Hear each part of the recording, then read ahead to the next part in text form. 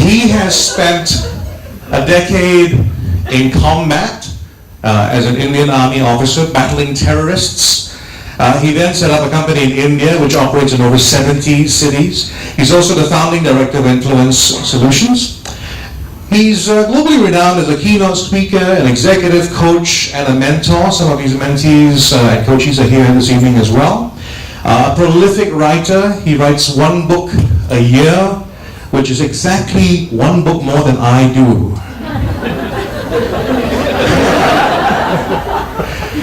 He's going to tell you about his 16th book, Make Success a Habit. Would you please welcome the man that business world called the God of all things, and that the statesman named as the man with the Nostradamus touch, Mr. Mukul Deva. Thank you so much, Joe. You know, the problem with these high-pressure introductions, they create a lot of pressure. But you know, you really have to up your game, right? You can't just rely on being a pretty face. So I'm going to try. So today what I'm going to do, I'm just going to talk about two things. One, why did I write this book? And two, why is this my favorite book? So let's begin with the second one. Why is this my favorite book? Okay, actually for an author, when you ask him why this is your favorite book, it's a very tough question. Because each of your books are like your children. No, actually they are better than your children because they earn money, right? Children just spend the damn thing. So why this is my favorite book is because this is the only book which forced me to look deep inside myself. It forced me to confront many things about myself. Okay, so guys, you agree, right, that all of us have a Jekyll and a Hyde inside. And the beautiful thing is that we hide this Hyde by spinning a story around it. And the stories are damn convincing. You know, they just keep you away from who you really are. So I was forced to confront a lot of things which were very unpleasant, but in the end left me, if not wiser, at least more aware of what is happening. And so the bigger question is, did this reflection and this introspection make me a better person? I doubt it. I'm still as screwed up as I was earlier, but now I'm more aware of it. So that is why I'm very happy I wrote this book. Now, why did I write this book? I think, like Karen mentioned, one of the privileges of working with Influence Solutions is that we get to work with thousands of people in different countries and different cultures. And what amazed me that the more I worked with people like just like you and me, I was stunned to realize how simply they were solving problems. Problems like the kind we all face every day, and I would be coaching or mentoring or training or whatever, and suddenly this person will share a story with me and I would go, wow. Right? So I started sharing these stories to people I coach and also on stage. I mean, I have given this talk, Make Success a Habit, 130 times till today. So the more I talked about it, the more I shared the stories, more people started asking me, hey, why don't you write a book? So that was it. These stories are very transformational. So just to give you an idea of what kind of stories are there, I want to share one of them with you. I'm not going to share too much because I really want you to buy the book. I don't care whether you read it or not, but do buy it. So I'm just going to share one of these stories with you. So this is about a guy I was coaching. The first time I met him, this guy walks into the room, a very high energy guy. He walks in and he says, Mukul, I'm damn excited about this coaching. Now that puzzled me. I'm excited about coaching because I get paid for it, right? So I said, why are you excited? He said, oh, you're going to help me change, right? Now that was even more intriguing. So I said, why do you want to change? He said, oh, you know, because they say that what got you here will not get you there. I said, okay, what got you here? So he said, what do you mean? I said, look, dude, there must be some qualities, some strengths which got you this far in life. I mean, you are a successful person, you're doing very well. So what got you here? Now the funny thing happened is that he could not answer that question. It took us 20 minutes of conversation for him to identify what his strengths were. Right? Isn't that funny? Just take a moment, look inside your own head. All of you, life has equipped you with a beautiful toolkit of resources. Imagine the minute you are able to discover those resources, how much more powerful do you become? So then, after some conversation, I helped him to realize what his strengths were, and he did. Okay? Now, what happened after that is in the book. But what I'm going to do is, before we move on, I want you to just take a moment and think. Ask yourself, what got you here? All you guys are successful. You maintain balanced lives at home and at work. You have relationships with people, some of them healthy, I'm sure. And, and you are successful in whatever you do. Take a moment and think about it. What got you here? From that moment onwards, you will find the challenges you're currently facing will become smaller. Now, those of you who are very spiritual, do not do this reflection with wine. It doesn't work. So that's the kind of stories which are there. Most of the people who've read these stories or I've shared them in talks turn around and tell me that, oh, they were very easy to relate to, very easy to understand and to act on. So these are the two things I wanted to share with you. I'll be happy to take any questions anyone has. I'll start the ball rolling and ask about this, because I'm looking at the different kinds of books you've written: self-help, historical, coffee table book on women in cinema, military thrillers, action thrillers. You even have a book that's being turned into a movie. It's a lot of genres, and in a world where we're talking about like branding and doing one thing, you seem to be not. So how do you jump? I mean, first of all, genre to genre.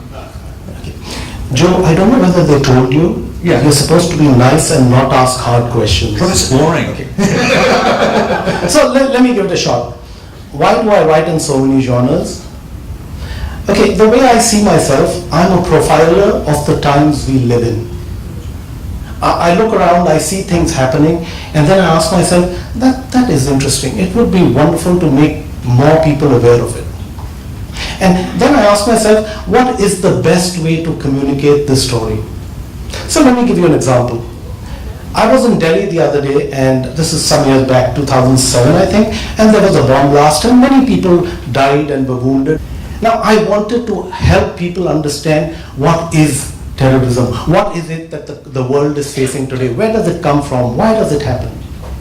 So I wrote a series of 4 books, they are called the Lashkar series, and then I asked myself, who would want to read a boring theoretical book on terrorism? So I said, you know what, let's make it a thriller.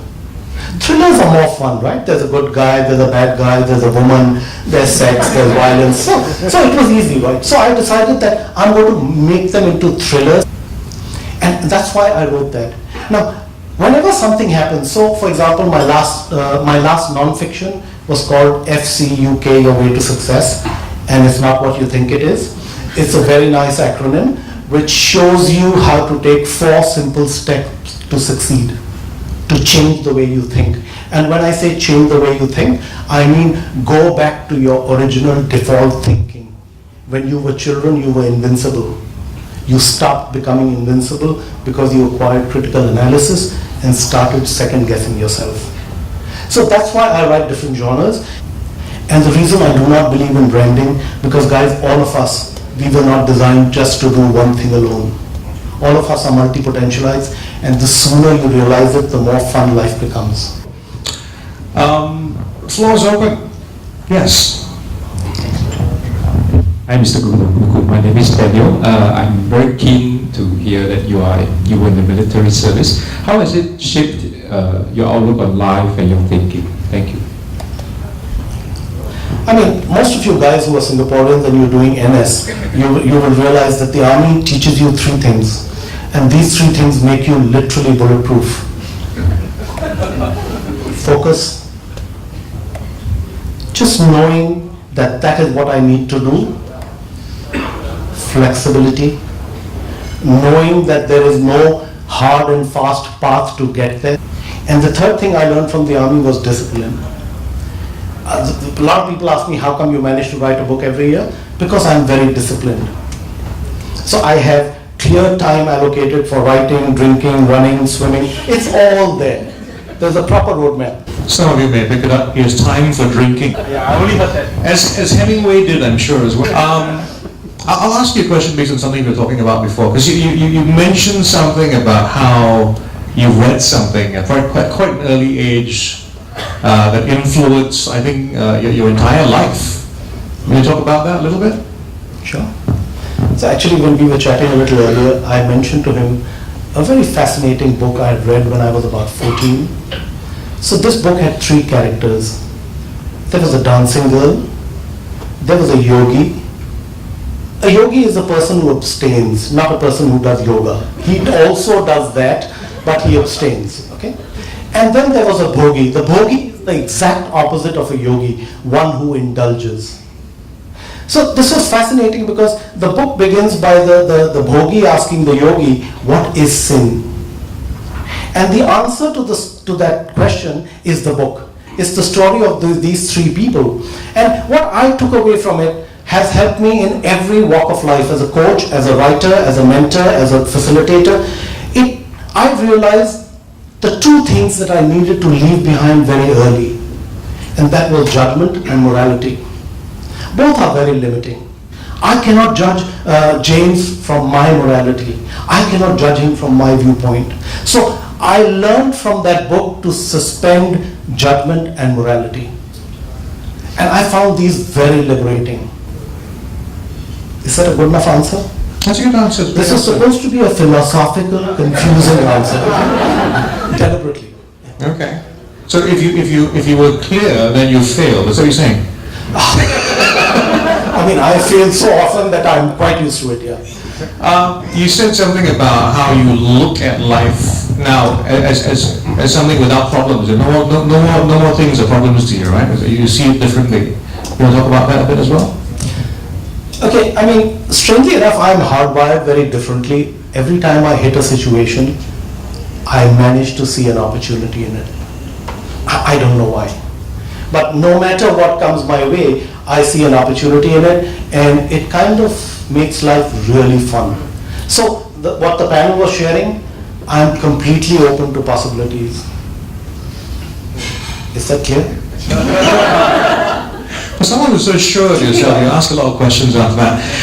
I'm actually very curious about what, maybe without telling the story, which of the stories in that book is personally most impactful on yourself?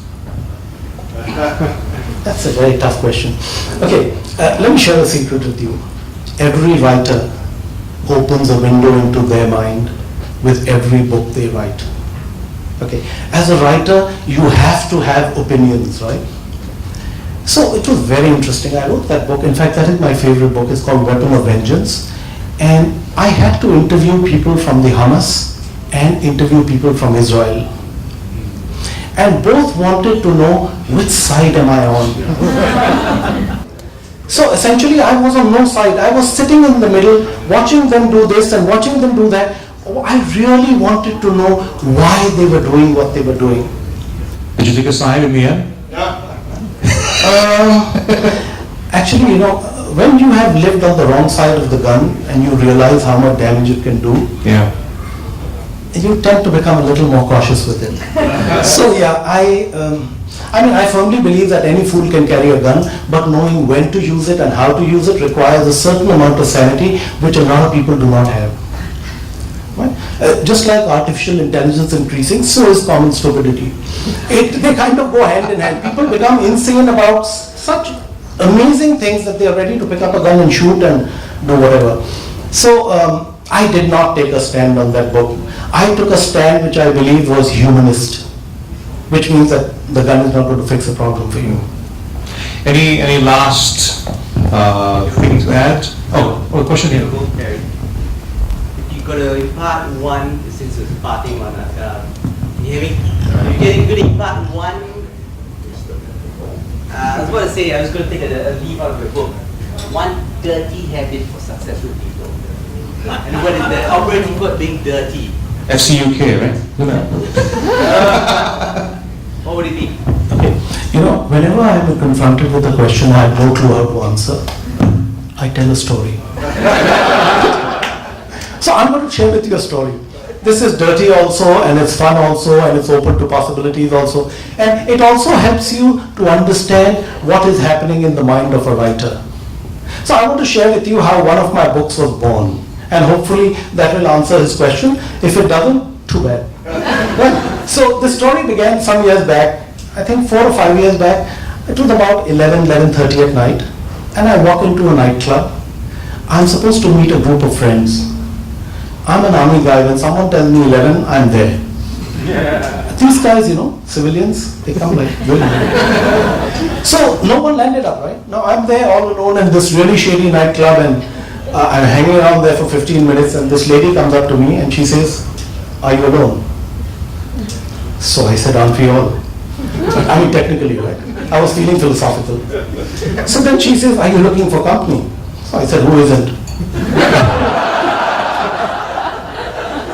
So then she tells me, $300 and we can hang out together the whole night. So I look at her, I said, "No honey, tonight I'm charging more." And the funny thing happened then, she laughed, and then she asked me, "Why are you here?" And I thought about it, and I thought telling her that I'm waiting for friends is so lame, right? So I said, I'm looking for a story. I was between books at that time. So I said, "I'm looking for a story." She said, "What kind of story?" I said, "I don't know." And she sat down, and this is the first time an escort has bought me a beer. She sat down and told me her story. And right there, in the next 2.5 hours, using serviettes from the bar, I wrote out that book. It's called One Night Stand. It's not what you think it is. Okay? It's called One Night Stand because the entire action takes place in that nightclub in 6 hours. Sorry? He's standing at a time. He's standing at it. At that time, I was drinking, so it doesn't count. So it's very funny, sitting there, talking to her, listening, and just I had no idea if that was going to happen. I just sat there and I allowed life to happen, and a story came.